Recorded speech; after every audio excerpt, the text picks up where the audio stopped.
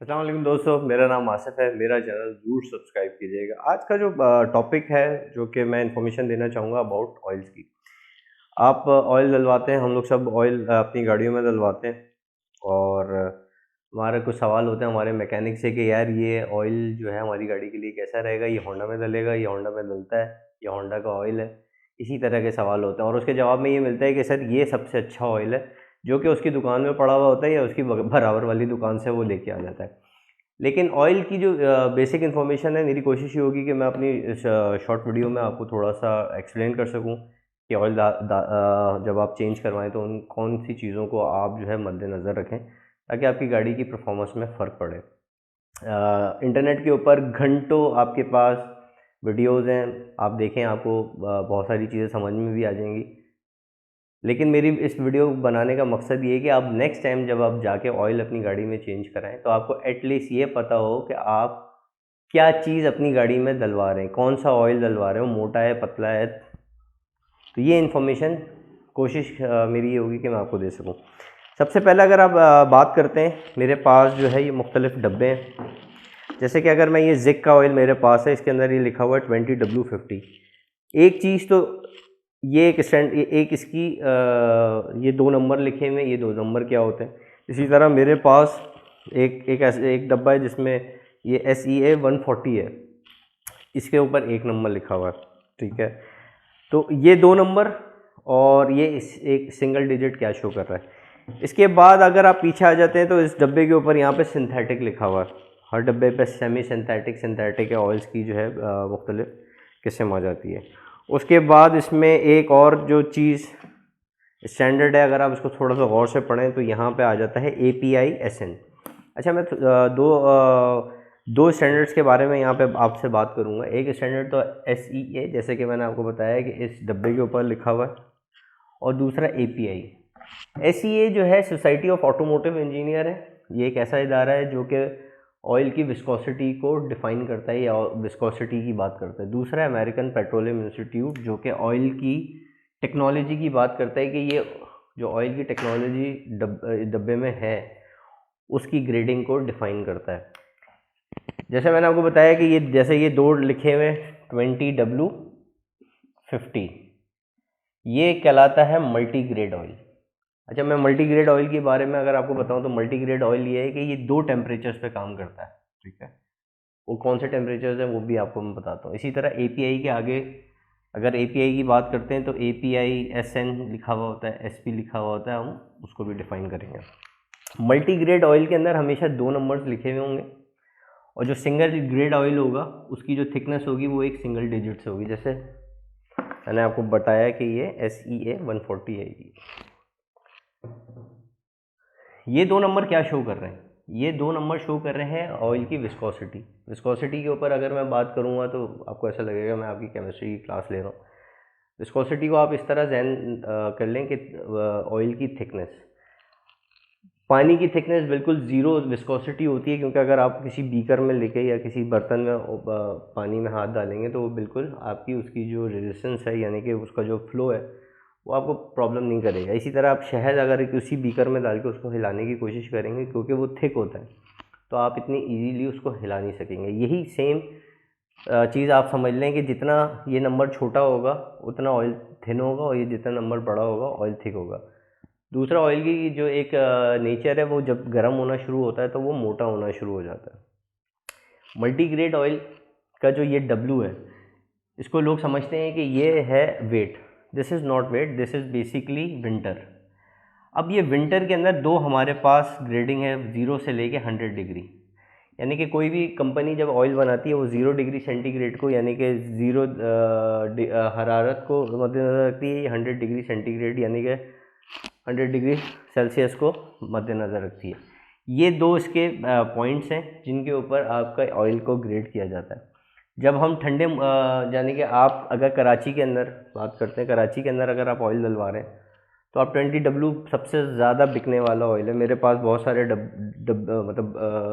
वो हैं, बॉक्सेस हैं। जैसे मेरे पास ये कैस्ट्रॉल है, ये भी 20W है।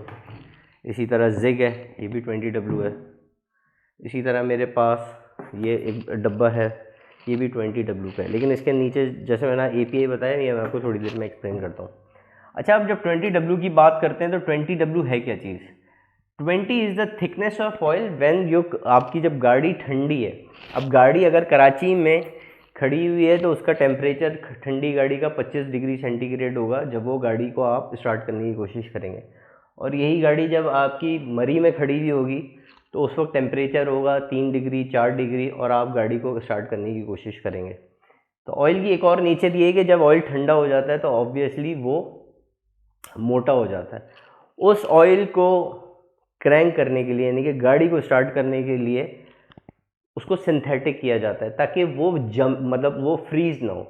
अगर वो फ्रीज़ नहीं होगा और आप क्रैंक करते हैं और उसके अंदर अगर मतलब उसकी जो कम्बिनेशन यानी कि उसकी जो प्रोडक्शन है उसके अंदर ऐसे केमिकल यूज़ हुए हुए हैं जो कि उसको फ्रीज़ होने से रोकते हैं, तो आपकी गाड़ी जल्दी स्टार्ट हो जाएगी। इसीलिए सर्दियों में जो सर्द इलाके हैं वहाँ गाड़ी स्टार्ट करने में थोड़ी सी प्रॉब्लम होती है। उसकी वाहिद रीज़न ये है कि ऑयल का बहुत ज़्यादा उसमें जो है अमल दखल होता है। इसी तरह जब आप बात करते हैं, जैसे मैंने को बताया कराची में गाड़ी स्टार्ट हो रही है तो उसका ऑपरेटिंग टेम्परेचर अलग है स्टार्ट का। मरी के अंदर या आपका आज़ाद कश्मीर के अंदर या आपका गिलगित बल्तिस्तान के अंदर उसका ऑपरेटिंग टेम्परेचर स्टार्ट करने का अलग होगा। इसी तरह गाड़ी स्टार्ट होने के बाद जैसे वो गर्म होती है, जैसे वो अपने ऑपरेटिंग टेम्परेचर पे आ जाती है, क्योंकि थर्मोस्टेट वॉल्व जब खुलता है तो गाड़ी अपने ऑपरेटिंग टेम्परेचर पे आके जब नॉर्मल हो जाती है, जब उसके RPM ठंडे हो जाते हैं, यानी कि RPM ठंडे होने से मुराद ये है कि RPM नॉर्मलाइज हो जाते हैं, तो वो उस वक्त जो विस्कोसिटी, ये जो सेकंड नंबर है मल्टी ग्रेड का, यानी कि ये जो ऑयल है ये 2 मल्टी ग्रेड है कि यानी कि ये स्टार्टिंग के ऊपर इसकी जो इसकी थिकनेस होगी वो अलग होगी और एंड के ऊपर जब गाड़ी ऑपरेटिंग टेम्परेचर पे आ जाएगी तो ये नंबर उसकी थिकनेस को उसके ऑपरेटिंग टेम्परेचर पे शो कर रहा होता है। तो ये 2 इंपॉर्टेंट चीज़ें आप याद रखें, 0, 5, 10, 15, 20, 30, 40। 0 का मतलब थिन यानी कि बहुत पतला ऑयल है। अब जितनी भी नए इंजन आ रहे हैं उनके ओनर मैनुअल, और सबसे पहले ओनर मैनुअल जो मैनुअल होता है उसको आप देखेंगे, उसके ऊपर ग्रेडिंग क्या डिफ़ाइन हुई हुई है। उसके ऊपर ग्रेडिंग डिफ़ाइन हुई हुई है कि इसके अंदर जिस ग्रेडिंग का ऑयल उन्होंने रिकमेंड किया है इंजन के ऊपर आप वही डलवाएं। लेकिन जो कि आपके इंजन अगर पुराने हो जाते हैं तो फिर आप जब भी जाएँ तो ये 20W का बताने का मकसद ये है कि 20W है क्या चीज़। इसी तरह ये 0 जो शो कर रहा होता है ये ऑपरेटिंग टेम्परेचर पे, यानी कि जब आपकी गाड़ी ठंडी है, ठंडी कराची में ठंडी गाड़ी यानी कि ऑपरेटिंग टेम्परेचर स्टार्टिंग का अलग होगा, इसी तरह मरी का अलग होगा। तो अगर आप वही गाड़ी मरी लेके चले जाएं जो कि कराची में आप सालों से इस्तेमाल कर रहे हैं, तो अब आपने उसके अंदर डिफरेंट ऑयल डालना है। 0 का, अब जैसे ये मैं आपको बता दूं कि SEA का जो स्टैंडर्ड है उसमें 0 से लेके ये 40 तक लिखा हुआ है। तो कोशिश ये करें कि ये जो 0 का मतलब थिन है, और जैसे जैसे ये नंबर बड़ा होता जाता है आपकी विस्कोसिटी बढ़ती जाती है और ये नंबर जो है थिकनेस को शो कर रहा होता है।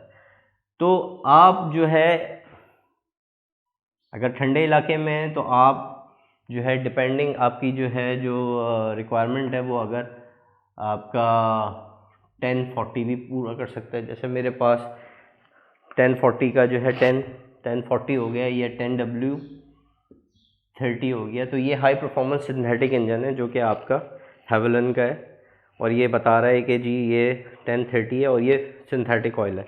इसी तरीके से आपका ये 20W बता रहा है सिंथेटिक ऑयल है, और इसमें सेमी सिंथेटिक नहीं लिखा हुआ। इसी तरह मेरे पास एक और जो है वो है।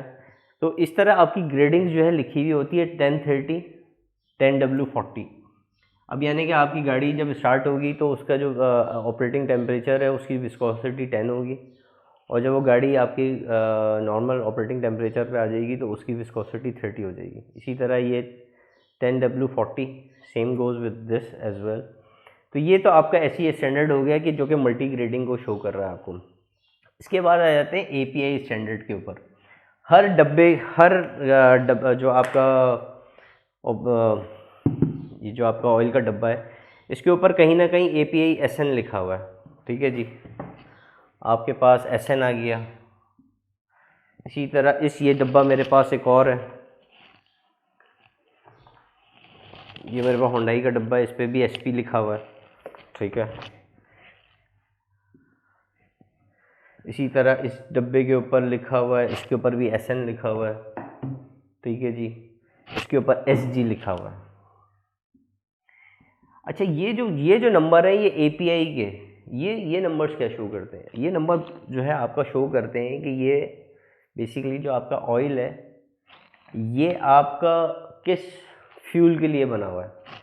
जब भी API के आगे एस जिस चीज़ में शामिल हो जाए तो समझ लें कि ये गैसोलीन या पेट्रोल इंजन है, यानी कि ये है आपका पेट्रोल इंजन।